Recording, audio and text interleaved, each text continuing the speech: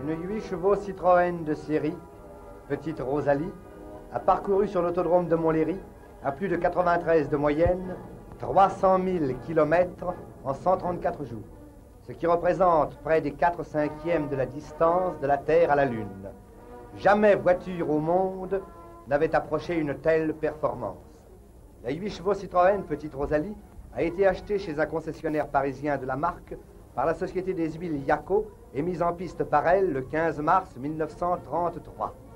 La voici au 62e jour de sa ronde qui jusqu'alors s'est déroulée sans histoire. À cette date, elle commence à établir de nouveaux records du monde, puisqu'elle vient d'atteindre 140 000 km et de surpasser par conséquent l'exploit de son aîné. Voici, devant la ligne de départ, le poste de contrôle où se tiennent en permanence jour et nuit les commissaires techniques et chronométreurs officiels de l'ACF. La tentative est contrôlée d'une façon permanente par les commissaires techniques de l'Automobile Club de France qui veillent impitoyablement à la stricte application des règlements internationaux.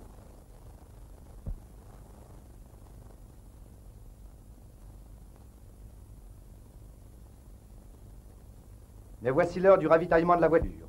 Celui-ci ne peut naturellement s'effectuer qu'en présence même d'un commissaire. Régulièrement, toutes les 5 heures, la voiture fait son plein d'essence et, éventuellement, d'huile et d'eau. C'est aussi à ce moment que s'effectue le changement de pilote. Le signal d'arrêt est donné. Voici Bodeco, qui va relayer au volant de la vaillante petite voiture son camarade Lucien Marchand. Les ravitaillements sont effectués à une allure record, car les temps d'arrêt, quelle que soit leur cause, ne sont en aucun cas neutralisés. Leur durée compte dans le temps total du parcours de la performance. La pompe à essence, à débit beaucoup trop lent, est remplacée par un réservoir dans lequel le carburant est maintenu sous forte pression grâce à une bouteille d'air comprimé.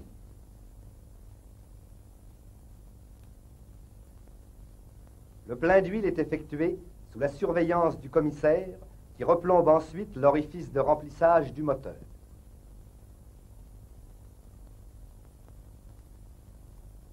Toujours sous ses yeux, on procède à la vérification de la pression des pneus et, le cas échéant, aux quelques travaux d'entretien autorisés qui ne peuvent être effectués qu'au poste de ravitaillement et avec les seuls moyens du bord.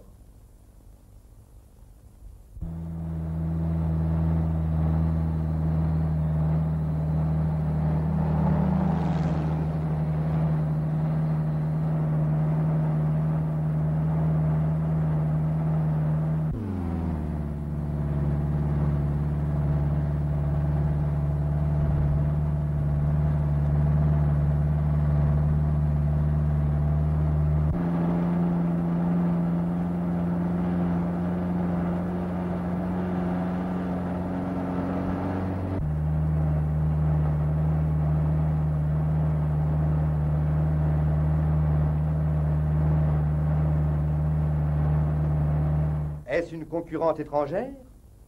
La Ford Valentine, qui n'est certes pas d'un modèle des plus récents, va-t-elle s'attaquer au record de Petite Rosalie? Non. Elle vient simplement faire sa promenade quotidienne pour semer les 125 lanternes tempête qui jalonneront la nuit le bas-côté de la piste.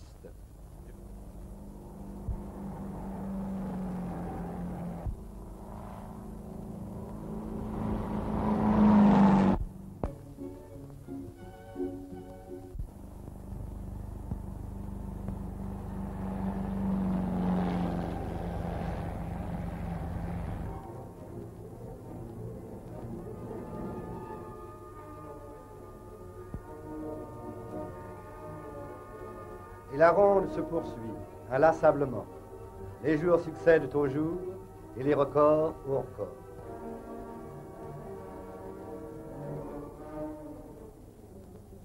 Le 27 juillet, Petite Rosalie, ayant parcouru la formidable distance de 300 000 km en 134 jours, M. Citroën décidait de l'arrêter avant que l'usure ou un accident fortuit ne la mette hors de course, désirant que l'examen détaillé de ces divers organes permette de faire le point des progrès accomplis en vue de préparer les progrès à venir.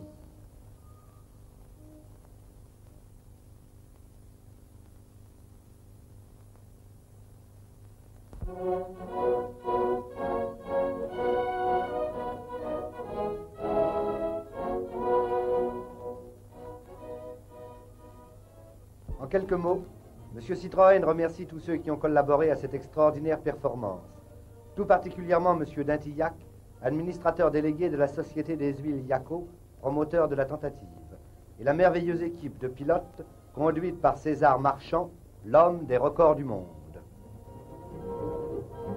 Afin de stimuler les recherches des ingénieurs en vue de nouveaux progrès à réaliser, M. Citroën termine son allocution en annonçant qu'il vient de décider d'offrir un prix de 3 millions aux constructeurs français ou étrangers qui, avant le 1er janvier 1935, réaliserait le premier, avec une voiture de sa fabrication, une performance meilleure que celle établie par Petite Rosalie. À la fin du lunch qui termine la manifestation, Petit Rosalie fait un dernier tour de piste, piloté par M. André Citroën lui-même.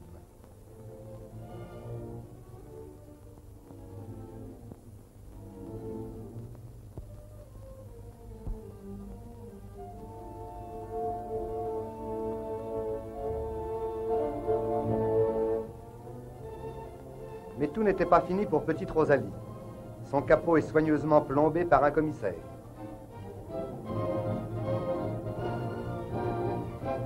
Puis, elle quitte l'autodrome pour se rendre au laboratoire de l'ACF, toujours suivi de ses contrôleurs.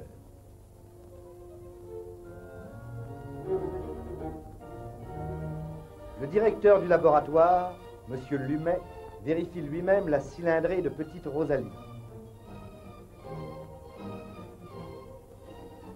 Quelques jours après, il se rend aux usines Citroën pour choisir au hasard sur la chaîne de montage un châssis 8 chevaux, afin de s'assurer par l'examen comparatif des organes des deux châssis que Petite Rosalie est bien de série.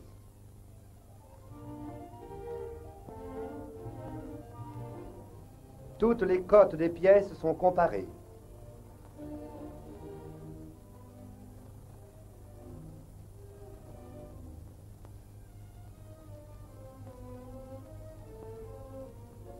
Leur identité est encore contrôlée par la comparaison de leur poids.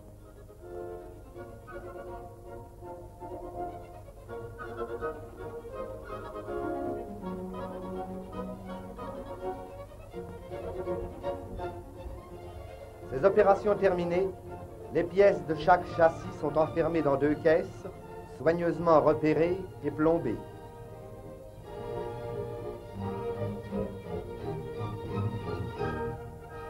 Elles sont transportées au laboratoire des arts et métiers, où une commission composée des plus éminentes personnalités scientifiques françaises examine en détail les pièces homologues et constate leur parfaite identité au point de vue chimique et métallographique. Petite Rosalie remontée finit sa carrière sur le stand du salon de l'automobile où la foule va l'admirer. Puis elle fut transférée au palais des expositions Citroën, place de l'Europe, avec ses devanciers. Ainsi, il avait fallu 30 ans à l'industrie automobile pour porter le record du monde de distance à 50 000 km. 2 ans suffirent aux usines Citroën pour l'élever progressivement à 300 000 km, et cela avec des voitures strictement de série. Aucune marque au monde ne peut produire un tel témoignage de la qualité de ses fabrications.